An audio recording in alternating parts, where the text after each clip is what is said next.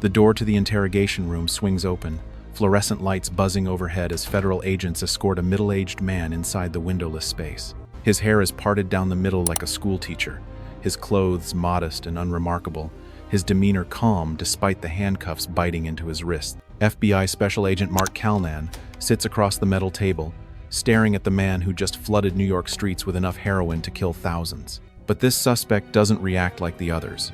No machismo, no desperation, no fear flickering behind his eyes as Calnan tells him about extradition to America. Tse Chi Lop simply smiles, polite and patient, as if they're discussing the weather rather than decades behind bars and millions in seized drugs. The agent has no idea he's looking at the future architect of the largest drug empire in human history, a man who will make Pablo Escobar look small. How does an invisible man build a $17 billion criminal empire without anyone knowing his name for 2 decades while living in plain sight across Asia? Why would rival gangs who murdered each other for generations suddenly unite under one leader they called simply the Company and dominate 70% of Australia's meth?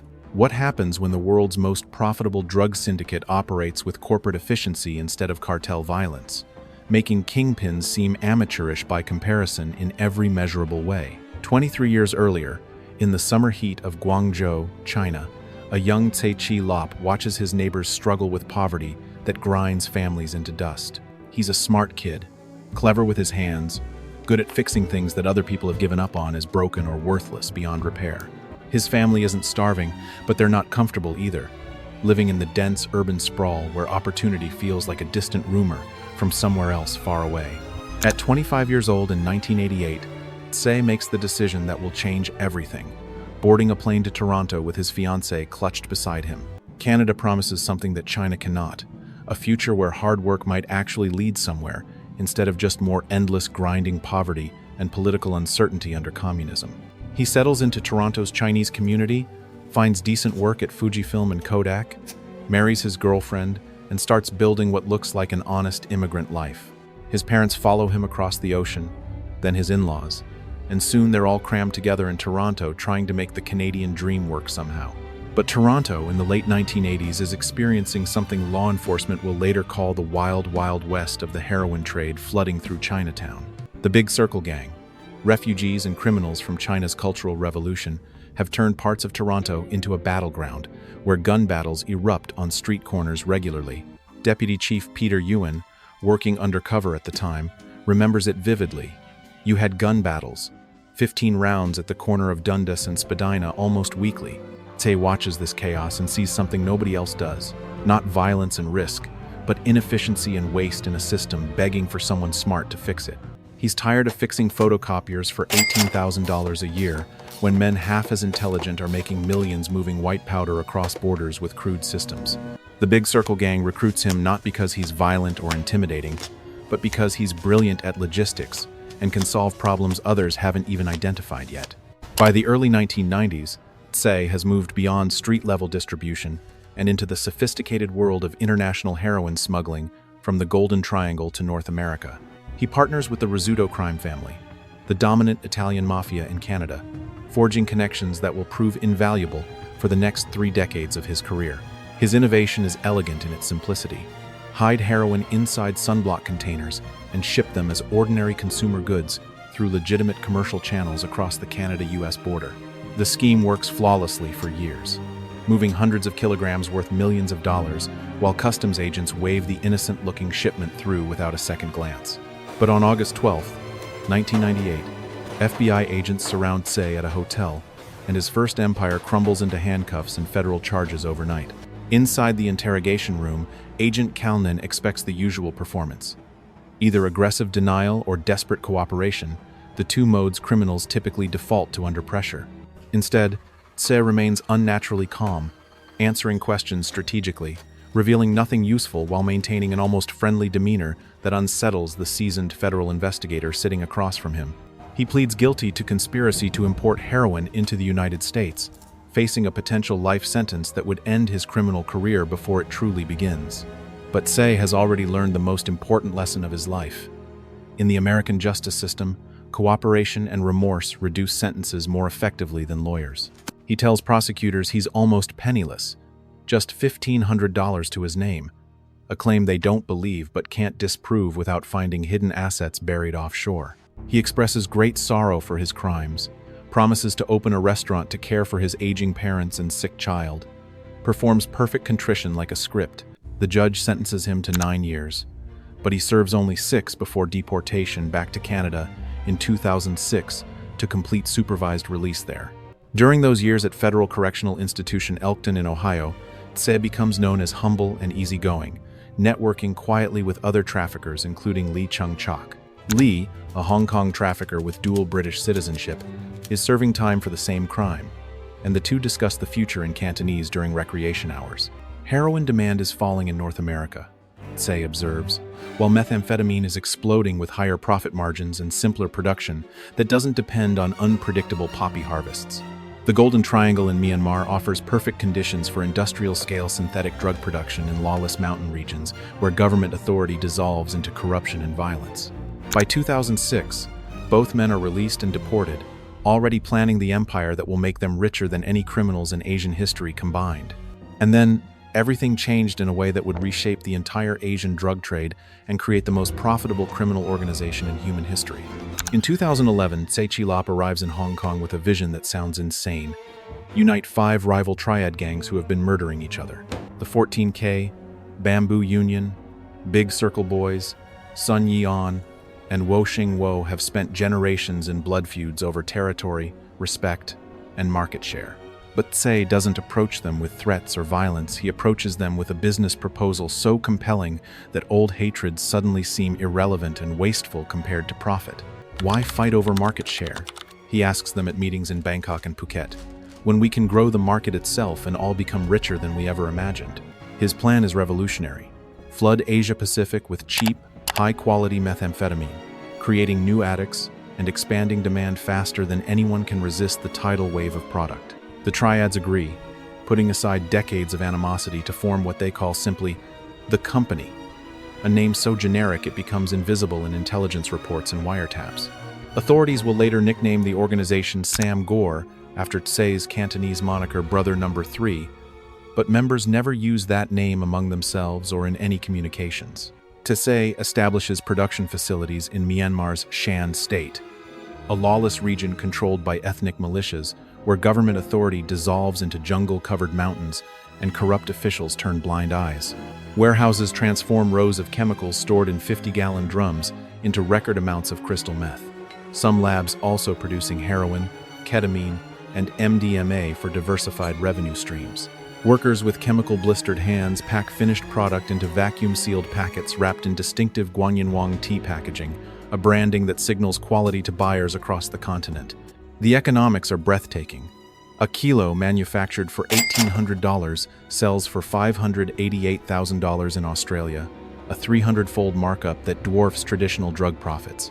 A typical shipment involves a fishing boat departing from Myanmar's coast, loaded with 200 kilograms concealed beneath legitimate cargo of dried fish and commercial goods heading southward. The boat docks in Thailand, where the cargo transfers to a container ship bound for Sydney. The tea packets buried inside crates labeled as agricultural products. At the port, corrupted dock workers ensure the containers bypass thorough inspection, and trucks deliver the shipment to warehouses controlled by Australian motorcycle gangs who handle distribution. Within 72 hours of leaving Myanmar, the meth is cut, repackaged, and sold on streets from Melbourne to Perth, generating over $100 million in revenue. This single run repeats weekly across dozens of routes simultaneously. Maritime shipments through Cambodia, air cargo through Malaysia, overland smuggling through China into Japan and South Korea constantly. In Sydney, a mother named Sarah watches her 23-year-old son deteriorate from promising university student to skeletal addict stealing from family to feed his ice habit. His first hit came at a party, a tea packet sample passed around casually, the crystal so pure it hooked him faster than anything he'd tried before. Within 6 months, he's lost 40 pounds, his teeth rotting, his skin covered in sores from constant picking, his entire life reduced to chasing the next high. Sarah doesn't know the drug destroying her son traveled through Tse Chi Lop's network, just one of hundreds of thousands of victims across the Asia-Pacific region suffering identically. Tse doesn't rely on violence to maintain control. Instead, he builds a cellular structure where compromise of one unit doesn't affect the others, creating operational resilience against law enforcement. His syndicate operates like a modern corporation. Project teams answer to Tse's core group, who answer to a broader community of investors and business partners, who may include governments. By 2018, Sam Gor generates between $8 billion and $17.7 billion annually from methamphetamine alone, not counting other drugs or money laundering operations. Sam Gor controls between 40 and 70% of the Asia-Pacific methamphetamine market, an estimated $30 to $61 billion industry growing exponentially every single year. In Australia alone, Tse's organization dominates 70% of the drug trade, flooding cities with ice so pure it changes the landscape of addiction overnight nationwide. Methamphetamine seizures in East and Southeast Asia increase eightfold between 2009 and 2018, and that's only what authorities managed to intercept successfully. The signature tea packets surface everywhere. Tokyo apartments, Sydney suburbs, Bangkok nightclubs, Manila warehouses, each one part of a supply chain more sophisticated than most legitimate corporations. Tse lives like royalty but remains invisible to the public, traveling exclusively by private planes between Hong Kong, Bangkok, Macau, and other cities across the region. He hires 8 Thai kickboxing bodyguards for personal protection, throws lavish birthday parties at private resorts, and becomes a high roller known to every major casino operator. In Macau, he boasts about having Macau in his pocket before losing 60 million euros in a single night of gambling, treating the loss like pocket change. His wealth is so extreme that individual losses exceeding the GDP of small countries don't even affect his lifestyle or business operations in any meaningful way. But Tse's greatest innovation isn't the money, it's the invisibility.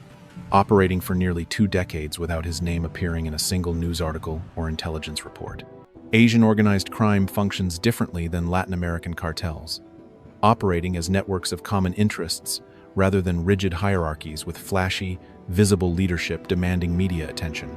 Asian groups function less as a hierarchy and more as a network of common interests, explains Jeremy Douglas from the United Nations Office on Drugs and Crime. Tse doesn't need to build a cult of personality or control through fear and spectacular violence. He controls through efficiency, profit sharing, and making everyone richer together. There are no car bombs, no assassinations of judges, no narco-terrorism campaigns that draw international attention and unite governments against a single, visible target to destroy. The invisibility works perfectly until November 2016, when a nervous Taiwanese man named Kai Zhang walks through Yangon International Airport carrying ketamine concealed in luggage. Myanmar authorities arrest him, seize his phone, and discover thousands of messages about meth deals, revealing the scale of Sam Gor's operations in Myanmar and sea-based smuggling routes. Photos on the phone show past drug shipments intercepted in China, Japan, and New Zealand, plus one critical image, a photograph of Tse Chi Lop himself finally. Australian federal police investigators who have spent years chasing shadows suddenly have a face to match the organization that's flooding their country with deadly drugs worth billions. The AFP launches Operation Kungur, eventually involving 20 law enforcement agencies across Asia, North America, and Europe in a coordinated international manhunt spanning years and continents. In mid-2017, a boat called the Valcoista successfully brings hundreds of kilograms of methamphetamine through the port of Geraldton in Western Australia undetected. The boat is registered to Joshua Joseph Smith, a man recruited that month for a mysterious job out west that pays more than he'll earn legally. Authorities eventually intercept the shipment, arrest 27 people, and seize 20 kilograms of methamphetamine, worth approximately $4.4 million at current street values today. This single bust becomes the legal foundation for what will eventually bring down the world's richest drug lord after a decade-long investigation, building the case brick by brick. But the real turning point comes in October 2019, when Reuters publishes an exposé titled "The Hunt for Asia's El Chapo," revealing Tse's identity publicly. For the first time, the world learns about the Chinese-Canadian citizen who built a $17 billion empire while remaining completely invisible for nearly 2 decades. The article describes him as Asia's most wanted man running a vast multinational drug trafficking syndicate in alliance with 5 of Asia's most powerful triad groups united. Jeremy Douglas is quoted comparing Tse directly to the most infamous names in drug history. Tse Chi Lop is in the league of El Chapo, or maybe Pablo Escobar. The publicity destroys Tse's most valuable asset, his anonymity, the invisibility that allowed him to operate freely while authorities didn't know who to hunt or where to look. Within months, Interpol issues a red notice for his arrest at Australia's request, and 20 agencies coordinate to close the net around a man who suddenly can't hide. And that's when Tse makes his fatal mistake, the decision that will cost him everything he built over 16 years of careful planning and flawless execution worldwide. On January 22, 2021, Tse Chi Lop boards EVA air flight from Taipei to Toronto, finally trying to return home to Canada after years abroad. The flight requires a layover in Amsterdam, a routine stopover that Tse has probably made dozens of times without incident or concern about Dutch authorities or extradition laws. But this time, Dutch National Police are waiting at Schiphol Airport as the plane touches down on the tarmac in the cold European morning air outside. Tse steps off the plane a decade after founding Sam Gor, half a world away from the super labs in Myanmar, directly into handcuffs and the end of freedom. His lawyers later argue the arrest was illegal, claiming Australian authorities manipulated Taiwan to deport him via Netherlands, specifically to enable his capture where extradition laws favor prosecution. There was a direct flight to Canada less than an hour before his plane took off. His attorney Andre Siebrechts tells reporters, suggesting deliberate setup by authorities. But the legal arguments don't matter because Dutch courts approve extradition to Australia after nearly 2 years of appeals and legal maneuvering that Tse loses at every turn. On December 22, 2022, almost 2 years after his arrest, Tse Chi Lop arrives in Melbourne under heavy police guard at the airport. Within hours of landing, he's arraigned in Melbourne Magistrates Court, charged with conspiracy to traffic commercial quantities of controlled drugs between March 2012 and March 2013. The charges seem almost laughably small: 20 kilograms of methamphetamine worth $4.4 million, a rounding error compared to his actual empire spanning decades and continents. But prosecutors have learned from past failures that overreaching with massive conspiracy charges often fails, while focused charges on specific provable crimes secure convictions more reliably every time. Tse does not apply for bail, knowing that no judge in Australia will grant freedom to a man accused of poisoning 70% of the country's population. His trial proceeds behind closed doors for 3 years, conducted in secret with almost no public information about proceedings or evidence presented against the invisible drug lord finally visible. Court officers remark that his case is bigger than Ben-Hur, yet the man himself, now silver-haired and bespectacled, seems utterly ordinary in gray tracksuit pants and collared shirt. The public learns nothing about the trial until December 4, 2025, when the courtroom doors finally open to reveal Tse has pleaded guilty after negotiations. He sits with head bowed next to a Cantonese interpreter, thick black glasses perched on his nose, showing little emotion as Judge Peter Rosen delivers his sentence finally. 16 years in prison with eligibility for parole after 10 years, counting the 5 years already served since arrest in Amsterdam toward his total sentence served. The sentence is shockingly light typically. Trafficking commercial quantities of controlled drugs carries life imprisonment in Australia without possibility of parole for decades, if ever. Judge Rosen explains the leniency stems from an unusual extradition deal between former Attorney General Michaelia Cash and Dutch authorities, capping his maximum penalty at 25 years. Even that reduced maximum was cut further due to the discount resulting from Tse's guilty plea, a strategic decision avoiding trial and potential life sentence completely. The judge describes Tse's business as pure evil, but the sentence suggests the legal system values closure over retribution, in this particular case involving international diplomacy complications. Tse will be eligible for parole in January 2031, when he'll be 67 years old and likely deported back to Canada immediately upon release. Commissioner Chrissy Barrett issues a statement celebrating the outcome. This investigation highlights that the long arm of the Australian Federal Police can reach criminals across the world successfully. But the celebration rings hollow when measured against what's actually happening on the ground across Asia-Pacific, while Tse sits in his maximum security cell in Melbourne. In a windowless room inside Port Phillip Prison, Tse Chi Lop reads a newspaper article dated May 2025 about record methamphetamine seizures across East and Southeast Asia. 236 tons confiscated in 2024 alone, a 24% increase from the previous year. Authorities calling it unprecedented in scale and purity. He folds the newspaper slowly, a slight smile crossing his face. because he knows those seizures represent maybe 10% of what actually reached the streets successfully. In Myanmar's Shan state at that exact moment, workers in 12 different laboratories are mixing chemicals in 50-gallon drums, producing another 500 kilograms that will ship within days. The same tea packet branding, the same distribution routes, the same cellular structure he designed to function perfectly without him, at the center holding everything together personally. Lee Chung-chak is already in Australian prison serving his own sentence, but 3 new logistics coordinators have stepped into his role without missing a single scheduled shipment. The 5 triads still cooperate under the profit-sharing model Tse created, because nobody wants to return to the violent, unprofitable gang wars that defined the previous generation. In Tokyo, a dealer unwraps a Guanyinwang tea packet and tests the crystal meth with a purity kit, nodding with satisfaction at the 92% result displayed. In Sydney, Sarah's son has been clean for 6 months in rehab, but 2 new addicts just bought their first hits this morning from dealers supplied by Tse's network. The company generated an estimated $19 billion in revenue during 2024, $2 billion more than when Tse was free and actively managing operations daily.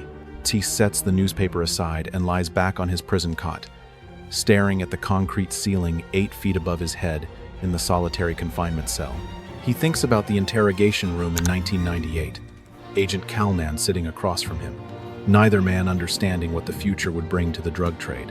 He thinks about the poolside meetings in Phuket, where he convinced sworn enemies to become business partners, creating something bigger than any individual leader or organization. He thinks about the invisibility he maintained for 2 decades, the greatest weapon any criminal can possess in the modern surveillance age that eventually destroyed him through publicity. His lips move silently, words he'll never speak aloud to guards or lawyers or anyone who might be listening through the walls. I built something that doesn't need me. Outside his cell, the world continues spinning, methamphetamine continues flowing, addicts continue suffering, and the company continues operating exactly as he designed it to function without a kingpin.